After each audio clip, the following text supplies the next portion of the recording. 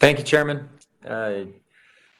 Obviously, a very pertinent and important conversation today, so I'm glad and appreciate having the time and witnesses for being here. I think the American public would be able to categorize this as these issues keep happening. We got Colonial, we've got solar winds. My two questions are for General NAKASONE. They're about deterrence and talent. So let me jump into the first one. We've now set a precedent. We're naming Russia as the culprit in a couple of these situations and these attacks. Is that a plan going forward? Is it meant to be a deterrent for future hacks? Will it be a deterrent? Could you provide some context on our approach to that, and even more broadly with respect to deterrence? If I might start, and then I'm certain that the Secretary may have some comments on that as well. Please. So with regards to what we're seeing by adversaries operating against us in cyberspace, this is going to continue. And so the Department's position in terms of defend forward operating outside the United States and U.S. Cyber Command's ability to do persistent engagement is what we are doing, and we need to do more of it. We need to be able to enable our partners better, and we need to act when authorized more effectively. And I think that that this will be certainly where we are headed. In terms of specific options regarding any of the adversaries, I'd defer that until this afternoon. But there are, from my vantage point, a series of options that we continue to develop and provide when necessary for a number and a range of opportunities for the Secretary and the President's determination. Excellent. Congressman, thank you for that very important question. I think deterrence is certainly the Department's goal when it comes to cyberspace, but I think we need to be specific about what kind of deterrence and against which types of adversaries.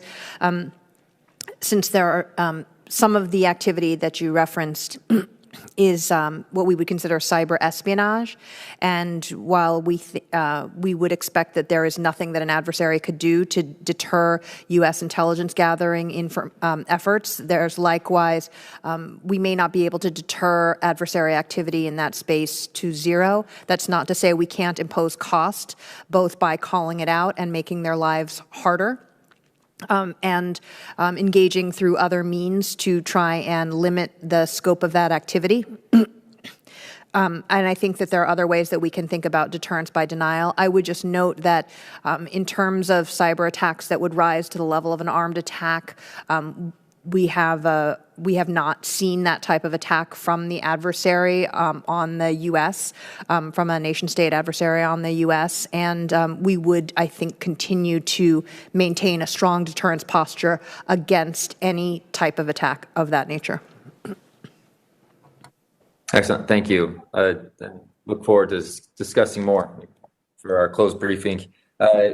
Quickly, just with respect to the pool of cyber talent in the DoD, how ultimately are we going to be competitive with the commercial industry? How can we better avoid the attrition that we oftentimes see within the DoD that is both an expense and a dearth of talent that exists?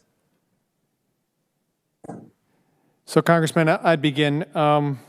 Our number one competitive advantage in this space is our mission. There is nowhere you can do some of the things that you can do at U.S. Cyber Command legally in the United States. And so that is something that we continue to obviously reinforce with our members. The second is that we have world-class facilities. Whether or not you're in Fort Meade or Georgia, Texas, Hawaii, Colorado, any place that we're operating, one of the things that we have been the beneficiaries of is a very, very high standard of facility that we operate.